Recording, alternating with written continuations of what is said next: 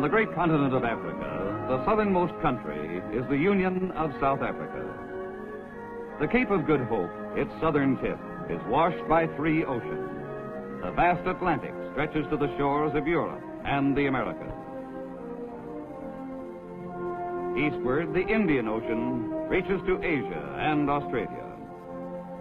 And to the south lies the Antarctic Ocean and the South Pole.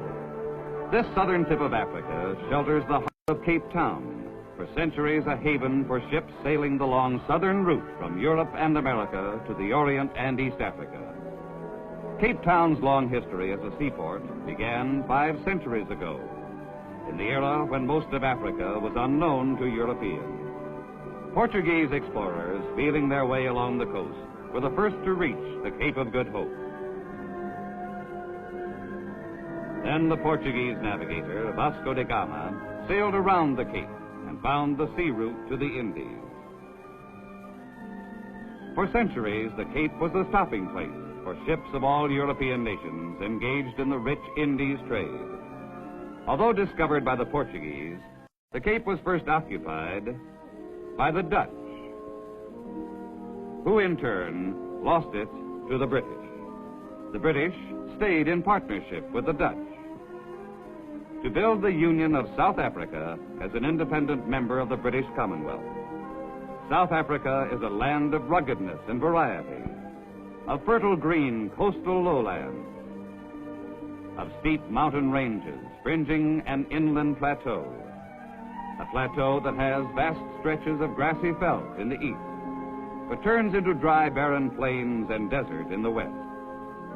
This is a land where big game animals once roamed.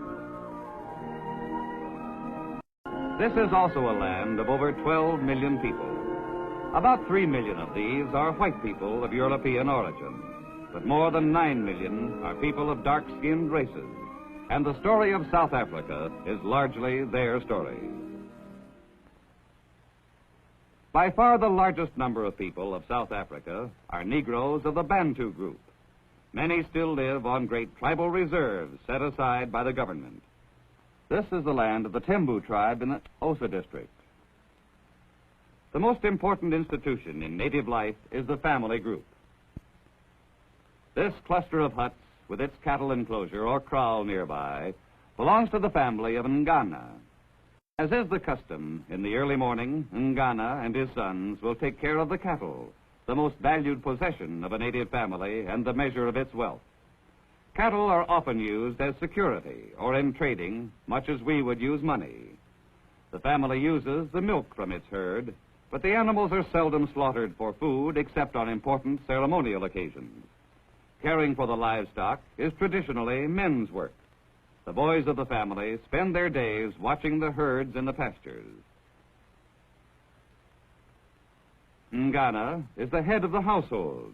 He numbers in his family his 3 wives and 7 unmarried children. Nyanu is Ngana's first wife. Each of his wives has her own hut and possessions, as do 3 relatives who live within Ngana's household. The women of the family are on their way to the fields. Caring for the crops is women's work. Since it is late in May, winter is coming on, and the women are harvesting the last of the corn. 16 oxen pull the corn wagon, not because of its weight, but to display Ngana's wealth in cattle. Corn is the staple food of the natives, but they seldom grow more than enough to meet their barest needs. Outside her hut, Ngana's wife and her children are breakfasting on corn porridge called mealies.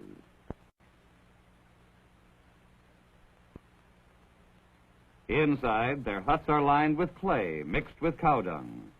The family's possessions are meager but highly prized.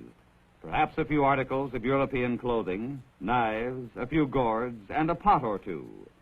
The old handmade articles of clay, wood, and iron are still used, but are slowly giving way to manufactured utensils. Important events are often marked by old tribal ceremonies. These boys, having now reached manhood, are being accepted into the responsibilities of adult tribal members by this dance and drinking ceremony.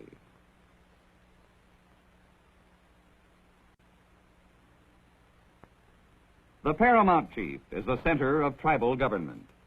With the heads of the households, he rules according to tribal custom and the laws of South Africa. Although he governs local affairs, major crimes and problems must be settled by the South African government authorities. A great force for change is the trading post, which has brought the natives manufactured goods, offering a better standard of living for the village. But to buy these enticing articles, the natives need money. They have little in the way of agricultural produce to sell for cash, but they do have their labors to sell. And this is in great demand on the white man's farms and in the mines and cities outside the reserves. To acquire money, large numbers of natives, especially young men seeking a start in life, leave the reserves for a few months or years to work under contract in other parts of South Africa.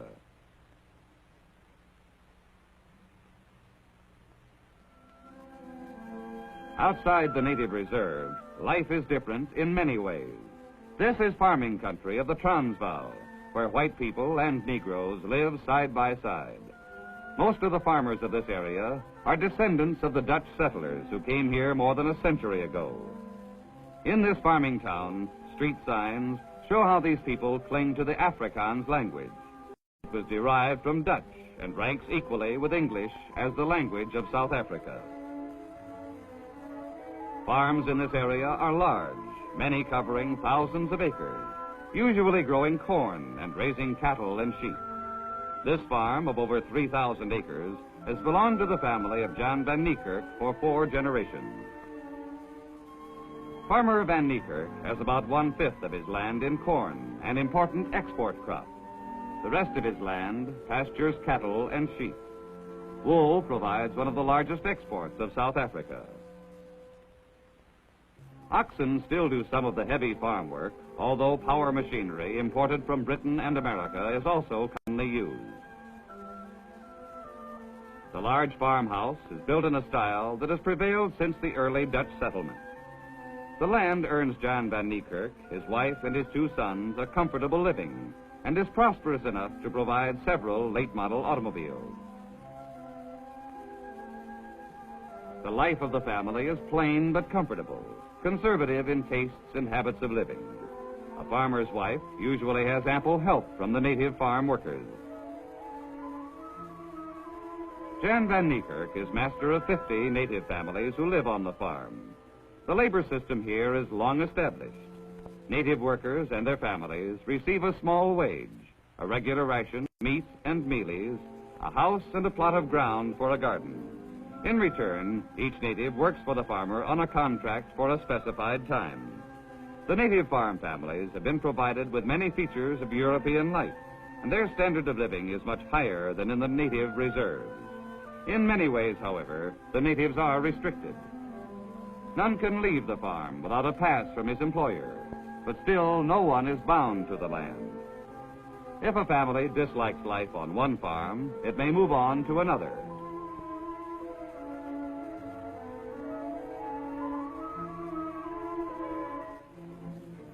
Many natives come to the cities. Johannesburg, largest city of South Africa, is a great gold mining center. The mining of gold, diamonds, and other minerals is the basis for prosperity in South Africa. It makes city life very different from that on the reserves and farms. Around Johannesburg, along the Witwatersrand, stretch the gold mine dumps and the gold refineries. Beneath these buildings and beneath Johannesburg itself are hundreds of miles of mine tunnels, where as much as 9,000 feet underground, the ore is dug out by the most modern method, then carried by underground railways and elevators to the refineries.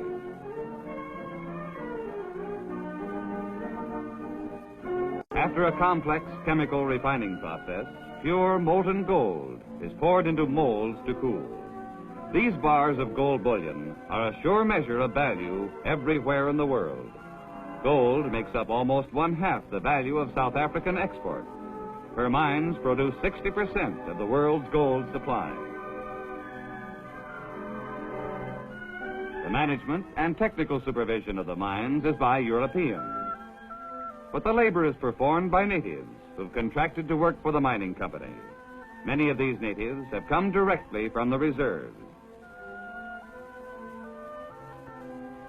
They live in compounds built by the companies on the mine properties, and their lives are closely regulated by the mining companies and the South African government.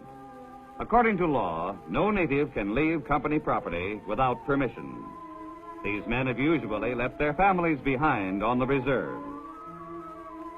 However, their quarters are much more comfortable than clay huts, and the natives become accustomed to the simple features of European living. They will work here for a year or two, earning enough money so they may return to their villages and support a household. Although the wages are small, since the mining company provides food, housing, and entertainment, these workers will accumulate enough money to return to their reserves as prosperous and respected men. They take on many Western ways, but yet the men still cling to native traditions, finding diversion in tribal dances, encouraged and aided by the mining company.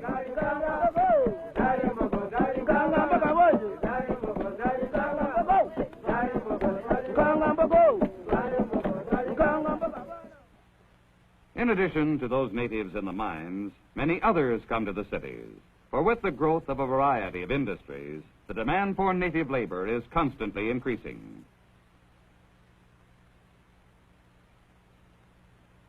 Most native families are required to live in government-built settlements or locations set apart from the rest of the city. Here, the natives are fast turning to the white man's way of life. But a family finds it hard to live in comfort on the meager income of the head of the household.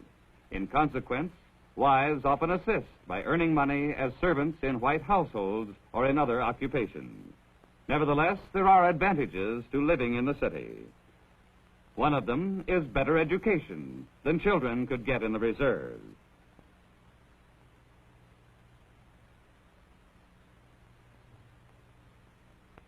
Free schools and education are provided by the city.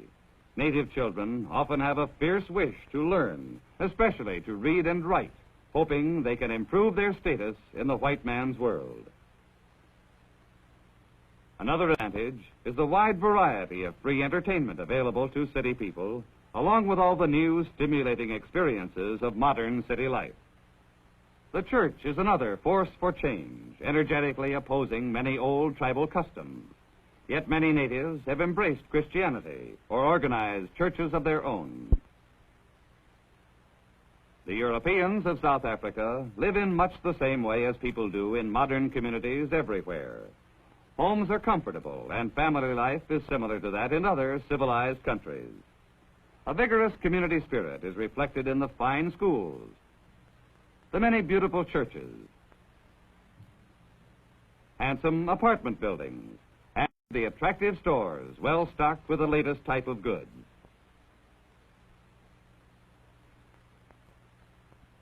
South Africa has many other industries besides gold mining, one of the most famous being the mining of diamonds.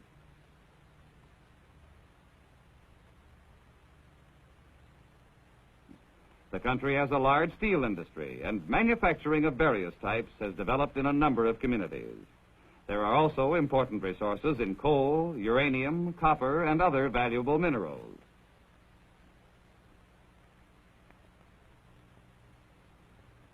In the more fertile regions, the growing of citrus fruits and grapes for wine have become important industries. Such enterprises have caused the growth of several large and important cities. This is Durban on the East Coast, one of the great ports of the Union. Durban is also a center of settlement for many Asiatic peoples, chiefly Hindus who have brought with them the cultures of the Far East. Pretoria, another important city, is one of the two capitals of the Union.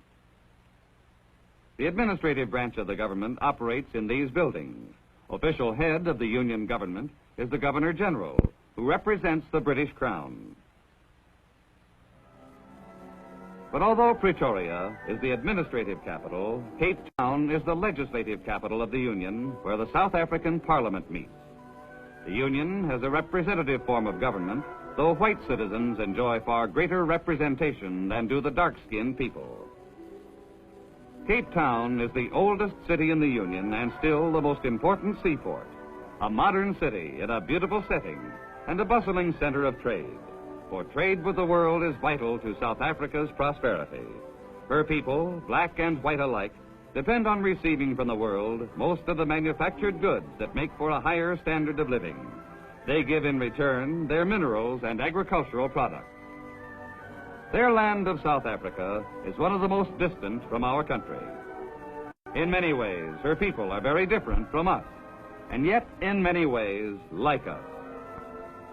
It is a land where light and dark-skinned races work side by side to build a secure and prosperous way of life. South Africa is one of our good neighbors in the world family of nations.